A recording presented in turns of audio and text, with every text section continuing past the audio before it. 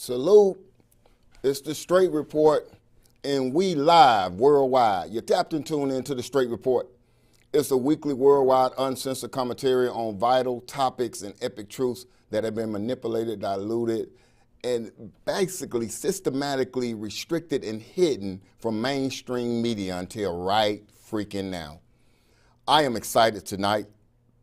The show tonight, we could call it Division by Design. There is a great division that has been purposely wedged into society, and it's so systematically woven into our everyday life that we have not really paid attention until some things that have been recently happening, not just in the Metro Jackson, Mississippi area, but worldwide. I want to introduce you tonight to behind the scenes of the great game. The great game. There's a great game that goes on throughout society that we have yet to really put our finger on it. But I once heard a good friend say, there's a big difference in what's happening and what's really going on. And tonight, we're going to get down to the get down and find out what's really going on. Now, in this game, you are either playing the game, you are either watching the game, or you are either pawns in the game, or you are winning in the game, and last but not least, somebody has to lose in the game. I'm going to say that again. You're either playing along with the game, you're either watching the game as a spectator, you're either a pawn, someone that is being used for others' entertainment and benefit. So you're either a pawn in the game, like a pawn in chess, or you either winning in the game, and last but not least, there are those who lose in the game. I have some notes tonight that I want to tap into a very current event that's happening here in Jackson, Mississippi, and it is this state representative move, this great chess move of the state representatives to pass this House Bill 1020.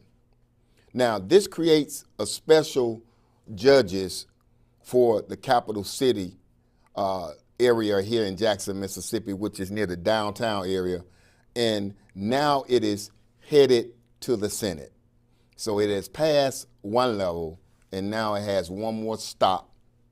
You know, back in the day, I grew up to these Saturday morning cartoons, and you had one that was called Bill, and he was like, I'm just a bill. Yeah, I'm only a bill, and I'm sitting here on Capitol Hill. And he talks about how he'll go and he'll wait in a line for a lot of other bills for the president to sign. Well, I'm telling you right now, that bill is underway. Now, some people are heated about it, and some people are really, really discouraged about it, while some people are somewhat rubbing their hands together like the madman in the lab because they know that they have one up on society. Now, if you want to call in, if you want to leave questions and comments at CWU-TV on YouTube or CWU Network on Facebook and CWU-TV on Rumble, or how about one better? We have a phone number that you can now call in. That phone number is 601-397-6752. Again, 601-397-6752. Call in and join in with this courageous conversation as we now dive into why this bill has so many people up in an uproar. Now, when it comes to the total vote count, I want you to understand that 76 lawmakers voted in favor of this bill, while only 38 voted against it. I'm going to say that again. 76 lawmakers voted for this quote-unquote surprise, this is what we're doing, surprise, we about to get one in on you. But 76 lawmakers voted in favor, while 38 voted against it. Now, this bill heads to the Senate for lawmakers in that chamber to vote on. Now, here's the issue. This was pulled from an ABC article online. Here's the issue. Lawmakers from majority white districts are proposing legislation that would significantly impact the majority black population of Jackson, Mississippi. Time out, hold up, wait a minute. Let me put some blurred lines in it. I am not a proponent for black or white, though I'm about as black as they come. But I do believe that there are some things set in place that are designed to keep the black and the white at odds against one another. And that's what we're getting ready to dive into. All right? I want you to understand that the mandate for our 501c3 is one family stronger together. But we must look at the issue. I can't be a mechanic working on a car or a AC guy that comes to look at your AC, and because I don't like the red wire or I don't like the black wire, I can't say, well, this wire doesn't exist, or I can't say that wire doesn't, I can't say that color. You know, I see grown men on social media who are either in a gang, either in Bloods and Crips, and they won't write the B or they won't write the C, and they still writing Z's and all that stuff for the and to me it's just really, something that needs to have a mindset change. So as we look at this, I want you to truly understand that it is the game. We're pulling back the curtain, just like Dorothy did with Toto in The Wizard of Oz, and discovered that the wizard was just a man behind a curtain pulling the strings. Okay? You tapped and tuned into the Straight Report. Remember, you can call in at 601-397-6752. Now, in this excerpt, it's talking about how that it significantly impacts the majority black population of Jackson without consulting the representatives of the black population of Jackson. Now, to me, that sounds like part of the problem right there. Sounds like to me, somebody will sleep on their watch. And just ruffle some feathers, just fly out, exercise your wings, and come on back and do better next time. Because they're saying that these people then consult with the representatives for the black population. This is a direct threat to the freedom of the capital city in parallel to the Jim Crow, watch this, era political schemes. Citizens should be able to hold judges and prosecutors accountable, I agree, for their actions. But HB 1020 does not allow that right. It creates a new judicial district filled with judges and prosecutors who are appointed by the Chief Justice of the Mississippi Supreme Court. ACLU of Mississippi Executive Director Jarvis Dorch is the author of that.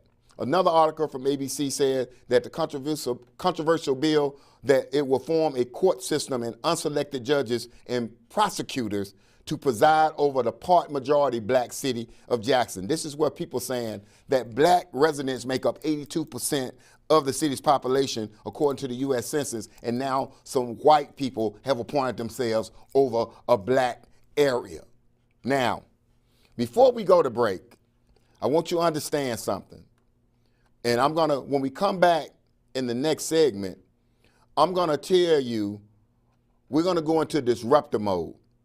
I'm gonna share with you a very checkered past that I myself have living while black in Jackson, Mississippi, being born in Madison, Mississippi, being raised in Jackson, Mississippi, and attending Jackson State University.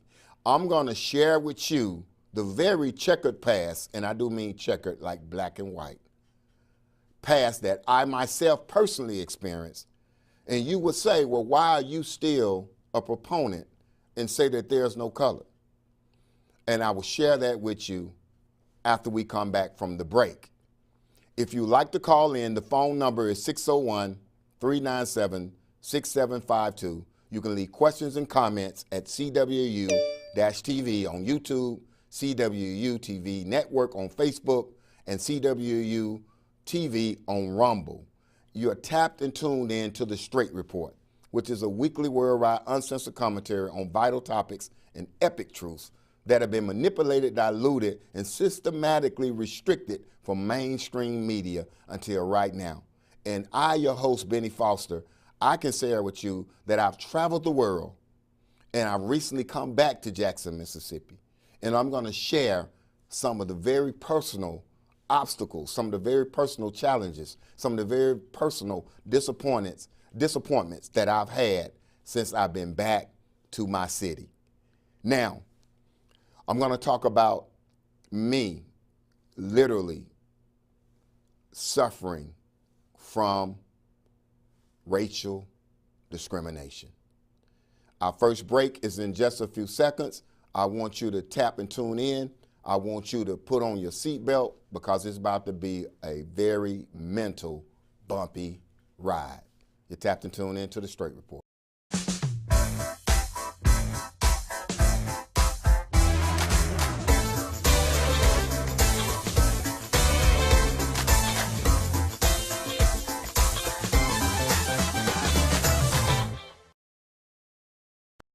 The JMMF's Culinary Kitchen, in partnership with Footprint Farms, the Farmers Hands Markets, and funded in part by the W.K. Kellogg Foundation, sponsored by Humanity. I am Chef Shishi, the owner of Just in Time, the featured chef of the JMMF Culinary Kitchen, where healthier, all-natural foods in the urban community. Our menu includes salads, collards, kale, and spring mix varieties, fresh vegetarian soups, and fresh juice elixirs made daily. We're open Tuesday through Friday from 11 a.m. until 2 p.m. And remember, what you put in your body is just as important as what you put in your body. We look forward to seeing you soon.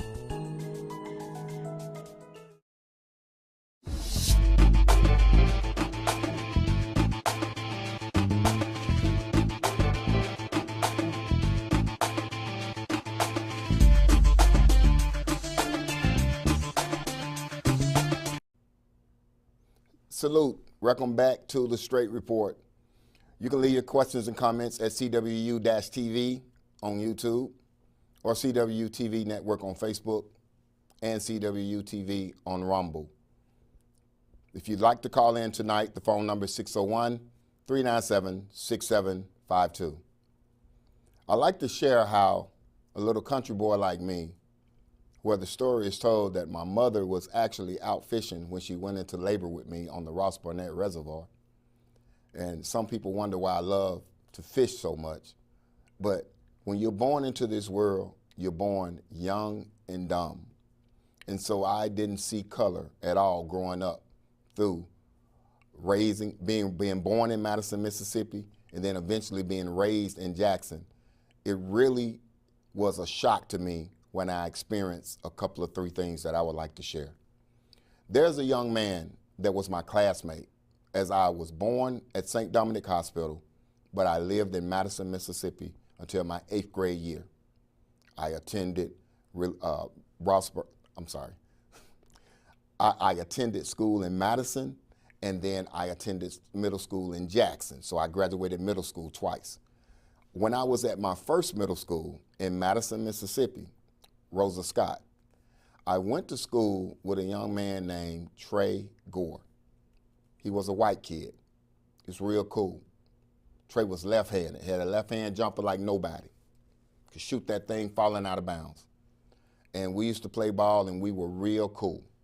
So one day, Trey and I were out on the playground, and any of you ever remember the swings, when the swings have a chain that has come down and the swing is just hanging with one chain? So we decided to unhook the chain, Trey and I, and we decided to jump over the chain while one of us turned around in a circle repeatedly. We turned around in a circle repeatedly, and the person would jump the chain. Now, any of you that understand physics know that that chain was somewhat delayed because it was heavy. And you're talking about a little kid in 3rd, 4th grade swinging this chain around while another kid jumped it. So Trey swung it around a few times, I jumped it. I swung it around a few times, Trey jumped it. It's my turn again, I jumped it. And then all of a sudden, Trey missed his timing, and that chain literally smashed the side of his ankle. Now, if I could say to you that I thought I had destroyed this boy's foot, because when he pulled down his sock, you can see how black and blue and the swelling was already happening, and he was in agonizing pain. He was grimacing. He was in so much pain. And I was like, I'm sorry, Trey, I'm sorry. All of a sudden, here comes this teacher. Here comes this white teacher. And she's pointing her finger, and she's yelling, and she's saying, I saw you. I saw you swing that chain and try to hit him. I saw you hit him with that chain on purpose. This is a kid. Now, we're kids.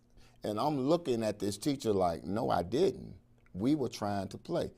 Trey was hurting so bad, he was just in pain. He was like rolling around on the ground.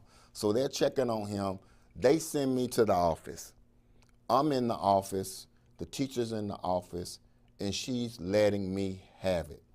I've been having problems with him, and he got to go. I saw him pick up this chain and swing it at Trey, and Trey tried to jump out the way. And then, then it was at that moment that I discovered racism.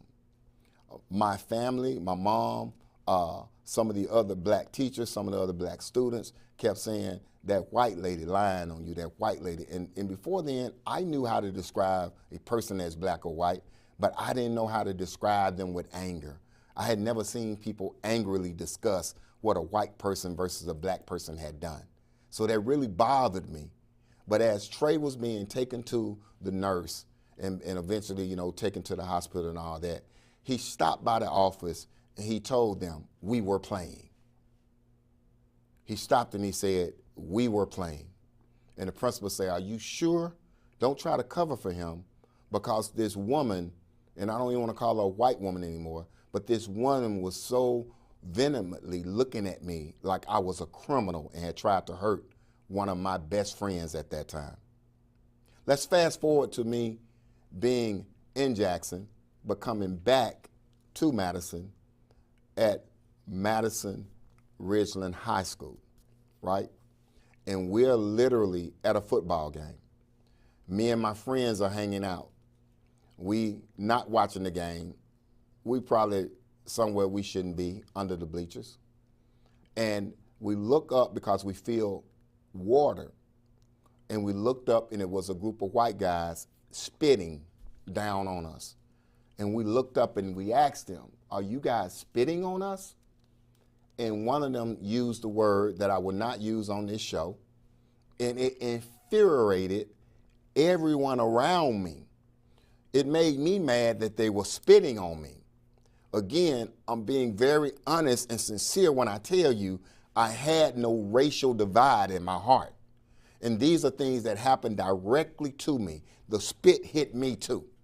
But yet my comrades, my friends, they began to say, get them white boys, get them white boys, and we was chasing them, and the police security had to separate us and tell us if we didn't calm down, we couldn't come to another game. But I can remember the anger. I can remember being at JSU and seeing a young lady, a black young lady, walking with a white young man.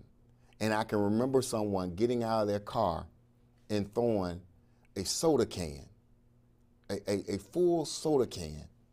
I mean, you could see the soda racing out at them and say, get on away from here with that mixed relationship stuff. They said a bunch of expletives. And the anger in this person's face, it was seared in my mind. And he was mad because a young black lady was walking with a young white man. The other stories we can tell are Rodney King. But what is Rodney King in the LA incident being beaten by the white police officer? How does that compare to Tyree Nichols in the most recent Memphis incident being beat by black Memphis police officers. Along the years of my life, I've literally learned, as they say, to chew on the meat and spit out the bones. And I'm going to tell you, Jackson, Mississippi, in every city that is watching this show or that will hear these words, you're going to have to stop allowing them to use color as a pawn in this game. Anytime we introduce black, white, we are missing the mark. We are missing the true. When my friend said it's a big difference in what's happening and what's really going on, that rocked me. Because I'm going to say to you, Jackson, Mississippi, concerning this bill, concerning this HB 1020, there's a big difference in what's happening than what's really going on. It is division by design.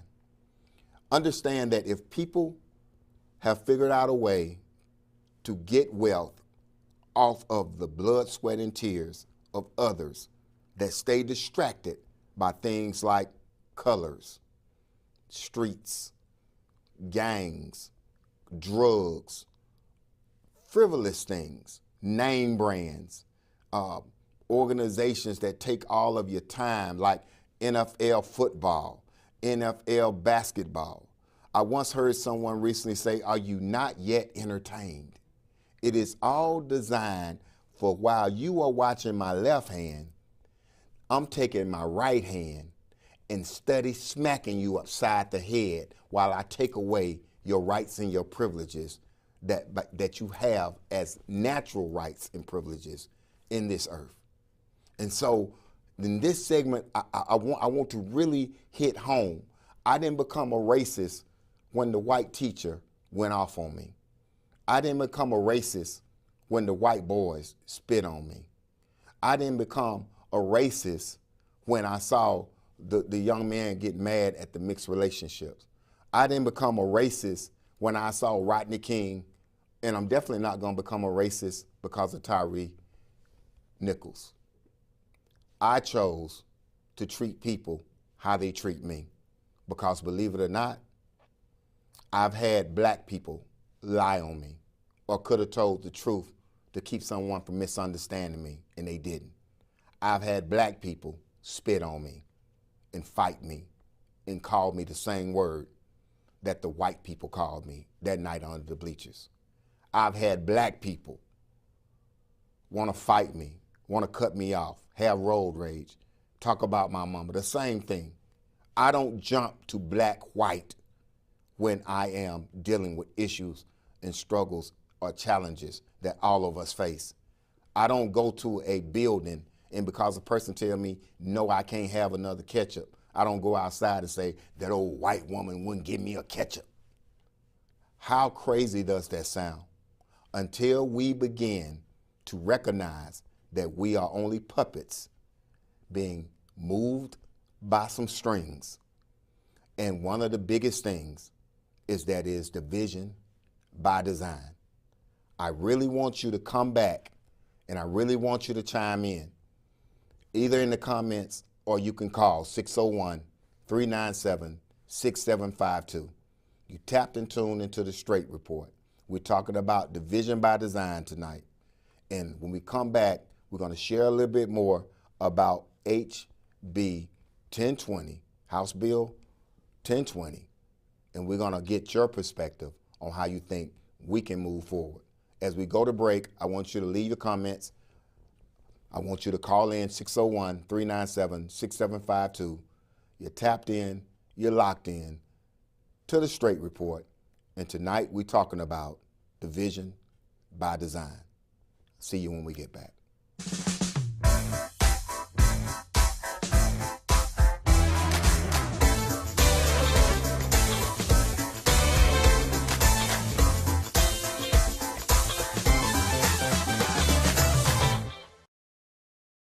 Welcome to the JMMF's Culinary Kitchen in partnership with Footprint Farms, the Farmers Hands Markets, and funded in part by the W.K. Kellogg Foundation, sponsored by Humana.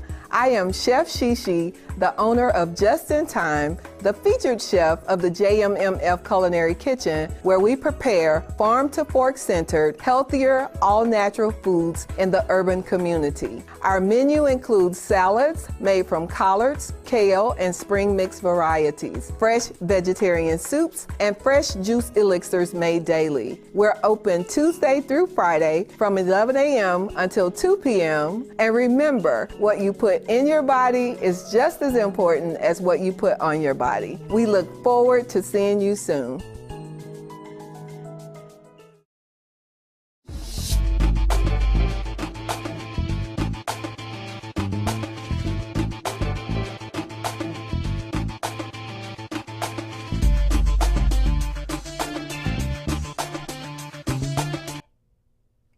Ladies and gentlemen, boys and girls, as I shared with you that I have every opportunity to become a racist, some of you may be like, well, you know, what about what they did to us over 400 years ago?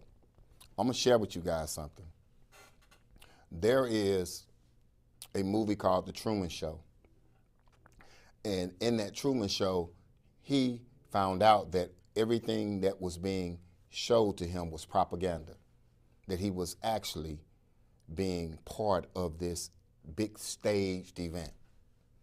How do you know that all of these different things that we're being told, we don't even know where we truly from? Some people say that black people were here originally. Some people say black people came over, I think they say 8 million came over on 3 ships. And you know, I don't know if whoever wrote these stories proofread. I don't know if they thought we was gonna think later on, you know. And then you hear reports that America could be Egypt and all these different things. But what I want you to do is, I want you to take a very good look at why you don't like white people if you're black, and if you don't like black people if you're white. I want you to ask yourself, where did that come from? Where did that come from? Because Jackson, Mississippi is going to hell in a handbasket, and all we can do is complain about white people, black people. And it's a division by design. It's a great game. Remember what I said to you in segment 1. I'm going to go back up to what I said. I said this to you. I said, I want to introduce you to the behind the scenes of the great game. That you're either playing in the game, meaning that you know that this is a game, and you kind of sit back and watch everybody fall over each other and clamor over each other, and you get your money where you see you can get your money. Or you watching the game, sitting back, just mesmerized. You're in a daze. You have a spell. You know, as they say, some people know, some people don't know, and some people don't care. You got to ask yourself, are you a pawn in this game? Is your vote being swayed because you actually believe that the Democrats and the Republicans are 2 different groups? Yeah, I'm going in tonight because I want you to understand that until we decide to work together and dismiss some of these items and some of these things, I need for you guys to understand that the biggest thing that we can utilize is mentorship. And as we go to this flyer that we have for Open House Vision, I want you guys to understand that I've been here for over a year. And when I came here, I tried to talk to your mayor. I tried to talk to some of your city councilmen, and some of them have talked back. I'm not going to go into who did and who didn't tonight, but a majority didn't have anything, didn't want to have anything, I say, to do with even a sit down and discussing some of the remedies that I do have. Again, you can call in at 601-397-6752. And as I began to sit down for about 3 months, I found myself going in circles. I found myself hearing certain names, and after I hear certain names, it would be like people were ghosts. I would never hear from them again. And so I realized that there was a game being played. It don't take me long to sing this song. And I realized that if I was going to be impactful in Jackson, Mississippi, that I was going to have to roll up my sleeves and do what I've done for over 30 plus years, and that was to create some programs. On this Saturday in Jackson, Mississippi, we have a 5-hour boot camp starting at 9 a.m. on the north side of Jackson. You need to text 601-826-1200, the number on this flyer. If you're interested, just say Salute Jackson. And watch this. Next weekend, we have one in Atlanta because Atlanta is embracing the methods and strategies that Open House Vision uses. I just got off the road from Memphis, where I launched a 12-week program with Memphis Shelby County Sheriff's Department and a youth program there, Brother Ike Griffin, and we're working together to help some young men in prison, in youth prison, before they get out. It's called Reentry Program. Some of the same things I wanted to offer to Jackson, Mississippi, but yet I found myself going in circles. I found myself being lied to. Watch this. Not just by black people, but by white people too. So I'm not going to say the white people are what's holding Jackson, Mississippi back. I'm going to say that it's greedy people that is holding Jackson, Mississippi back. Now, if we want to talk about mentorship, mentorship is you simply finding something that you love and including young people. So when we do this boot camp on Saturday, understand that when those kids come in, they're not going to leave the same way because we purposely go toward their mental.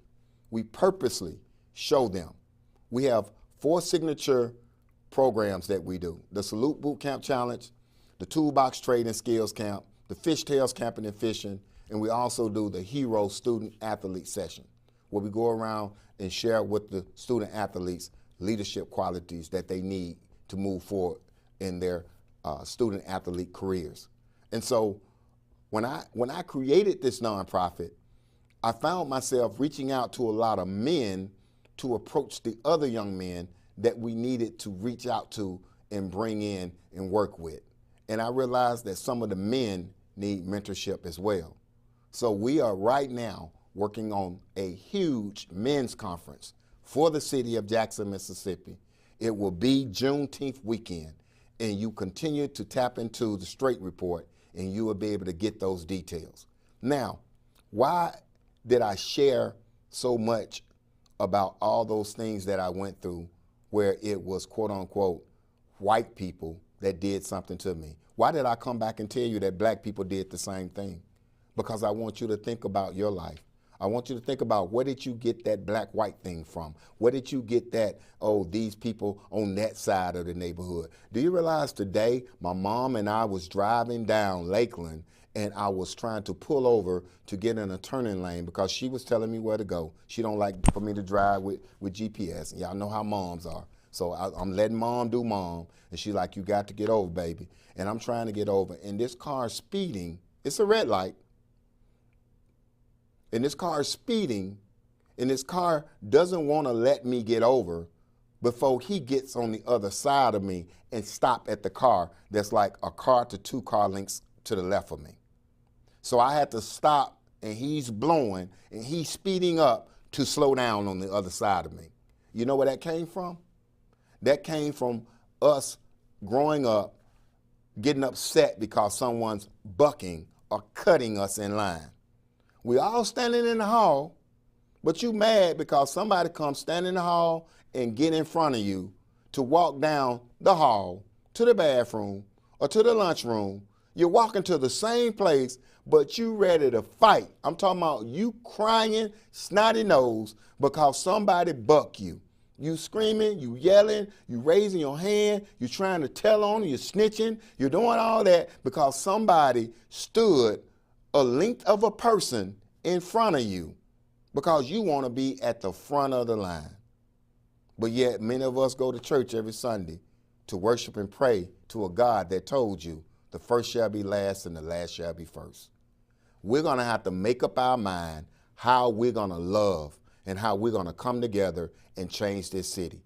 I know that I'm talking about some very unpleasant truths, And I know I'm talking about some things that have been hidden. And I know I'm talking about some things like gatekeepers and all these different things and different organizations that are designed to keep the poor poor and the rich rich. But guess what? Sooner or later, the poor got to say enough is enough, because that's what this great division by design is about. It is designed to keep you in bondage.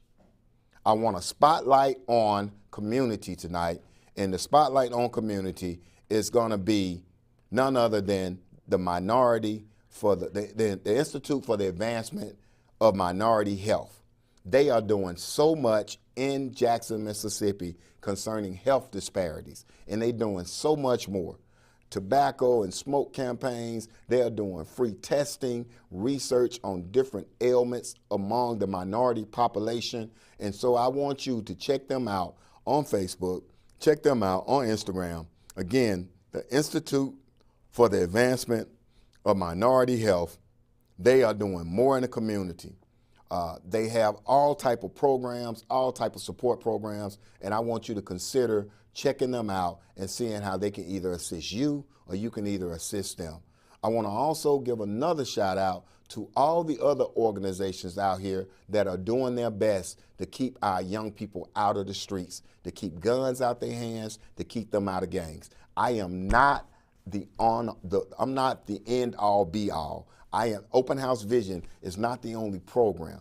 A shout out to Ronnie Crudup Jr. and Brother Charles over there, and Brother Mark, I believe, and Keith, the young men over there that are working at the Ark on Raymond Road. Shout out to Amos Ellis at the community over there at the Charity Event and Activity Center, Activity and Event Center. Shout out to Sister Stephanie. And of course, shout out to my beautiful, lovely wife, Lisa Foster, and all of the nonprofit 501c3 stuff that she's doing as well, not just here in Jackson, but as well as in Florida and Atlanta and South Carolina. There's so much that we're doing. And I'm going to say this to you now. If you know of an entrepreneur that is looking to get in the short-term rental space, Airbnb market, we have a contest right now to where we're going to provide them with all the tools and all the resources. Whoever wins this contest, we're going to get you started with your very first short-term rental space, Airbnb. We're going to walk you through all the steps. We're going to guide you all the way. That's our nonprofit give back for this year. We're going to give someone a business. We're going to help them get started. We're not going to continue to complain about the issues and the problems, but then try to complain and talk about the solutions. We're going to be the solution. We're going to be one family, stronger together, and we're going to figure out where is this great division by design coming from, and why should we continue to allow it to hold our city down. You're tapped and tuned in to the Straight Report.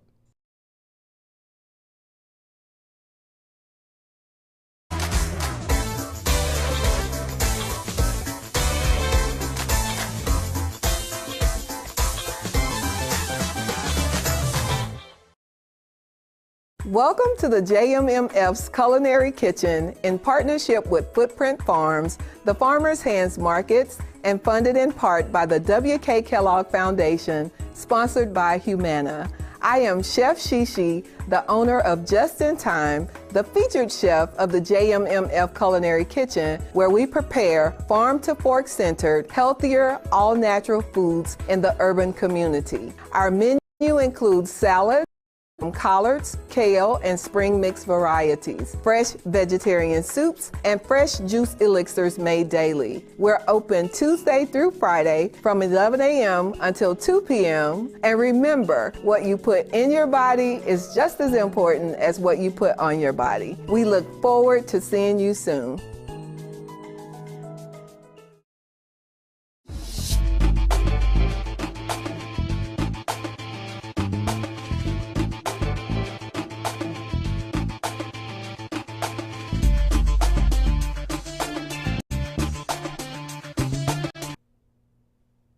All right, we're back. As we go into the final segment, I want to ask you guys some tough questions. When this HB 1020 bill passed, one of the things that stood out to me was that they said this. They said that the legislation would also expand the Capitol Police Force. meaning that the state, this is what they're doing. The state Supreme Court Chief Justice would appoint 2 judges, the Attorney General would appoint 2 prosecutors, the state public defender would appoint public defenders, they didn't say 2, but public defenders, I think I got caught up with doing the 2, and the Mississippi Public Safety Commissioner would have authority over the Capitol Police. That is, do we have a caller? One second. Put my headphones in. Hey, caller, you're on the air. You tapped and tuned into the Straight Report. The question that I have is, for me, I've seen the outrage that's taken place across the country in regard to the legislation, but I haven't seen many locals talk about it at all. And for those of us who don't live in Jackson, what's going on there locally in regard to the legislation? Are people speaking up? Is there any sort of outrage? Is anyone talking about? I think we got cut off, but I got your question. What's going on locally? Are the local people outraged? Well, there have been a couple of marches. There have been a couple of meeting on the steps of the Capitol and sharing our displeasure with this being somewhat snuck in and not being given prior knowledge that this was something that was happening. And so what I've seen is that, yes, locally we are upset, but I haven't seen any contingency plans. I haven't seen anyone come up with a better idea. Matter of fact, I had someone ask me, you know, when you look at what they're proposing, and if it works, is this something that they can duplicate throughout the city or throughout other cities? And what I told them was, you know, I don't know. You know, we'll have to see. And my biggest aha moment in all of this is that prior to a group of people getting together to get something passed, we couldn't get the same people that we want to feel should be working for us to get together. And I hate saying black, white, but it's true. We have a group of people here that truly love Jackson. Please don't get me wrong. I have not met everybody here in Jackson. So don't go back and say this man on YouTube and on Facebook talking about black people don't work together. Well, I've been here over a year and I've seen a lot of great division amongst not just blacks, but blacks, whites, and whoever else, you know, you want to label as a color, a crayon color. We the only people labeled as crayon colors, the blacks or the whites. And it's been ridiculous since the colored water fountains. It's been ridiculous. We are people. We all bleed blood. Our bodies are made up the same. Besides, of course, we have this thing called melanin, okay? And it's a factor. So to answer the caller's question, what is being done locally and why is it not such an uproar? And I'm going to say to you guys, and you guys call in and let me know if I'm wrong, or you put in the comments if I'm wrong. Is this truly Jim Crow? Or is this just a group of people that have gotten together and said enough is enough?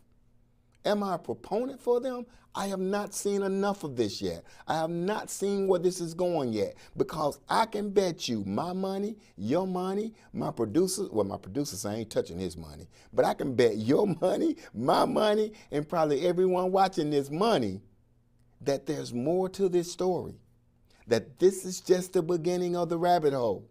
And if we continue to only come together when there's some type of, decoy of an enemy to fight, we will continue to get further down the totem pole and continue to lose focus. I have a joke of the day for tonight. And the joke of today is something that I kind of mentioned earlier. And we're going to go into this. I just want you to think about it, right? Hold on. I have one more quote. I cannot miss this quote concerning House Bill 1020. Somebody said the passage of the House Bill 1020 came in spite of some of the starkest possible opposition from the Jackson's mayor, its city council, and its representatives in the House, many of whom have said the bill reminded them of the darkest days of Mississippi's racist past. I think that some of our darkest days is that we can't figure out how to get our water fixed. Some of our darkest days, because the days that y'all are talking about have been put on repeat in your mind to hypnotize you and to make you think that all of these terrible, horrible things were so bad that you can never forget them. I'm going to tell you some horrible, bad things have been done to me. I'm going to tell you some horrible, just dumb, stupid things have been done to me, said to me. I've been lied on. I've been sabotaged. I've been all these different things. But I've learned that if I live in my past, I definitely can't enjoy my present, and I definitely can't move toward my future. So when we talk about the Straight Report, and we start talking about these things that some people don't want to talk about, I'm going to tell you that some of our darkest moments is when we have the same potholes in the same streets that I rode around as a college student around our city.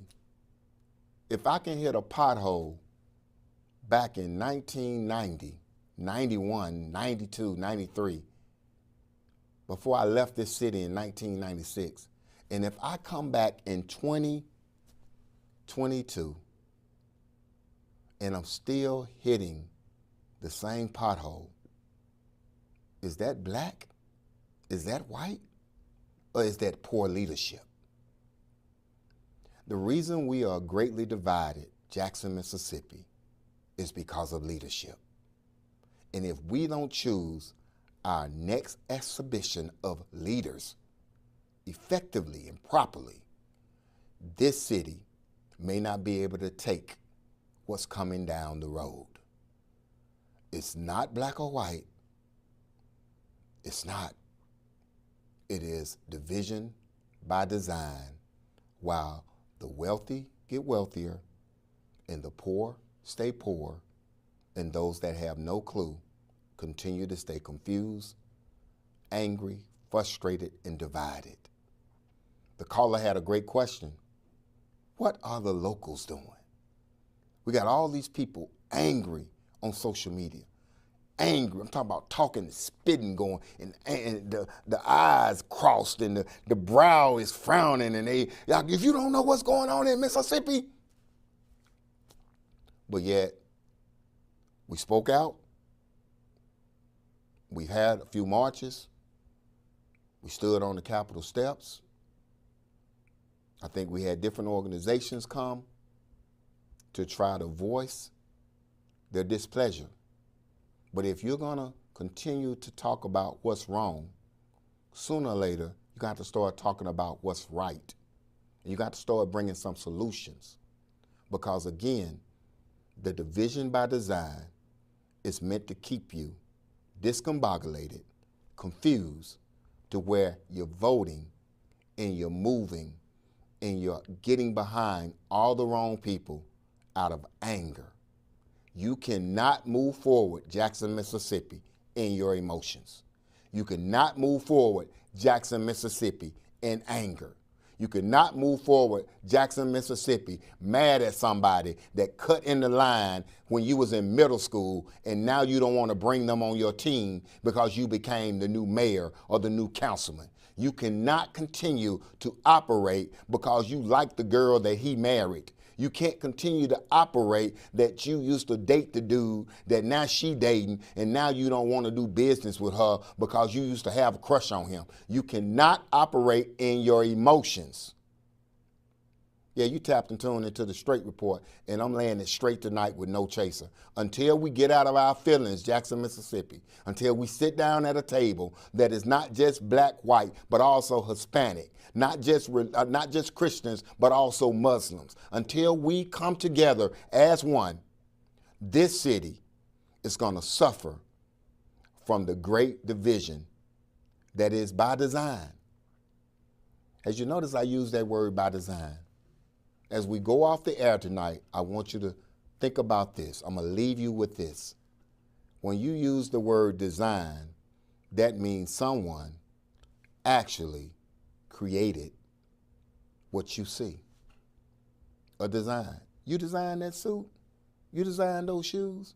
You designed that t-shirt? Do you realize that what we're seeing has been calculated and designed, that this city would be next to nothing, so whoever it is can swoop in, buy up property, buy up land, and then work the value back up because you fell for what they call the okie doke. So tonight, as we went in and followed the yellow brick road, and we met the wizard, and we realized that there are men that are carefully, strategically creating a great division so this city can continue to go down the drain. What are you going to do about it? You've been tapped and tuned into the Straight Report. I'm your host, Bennie Foster.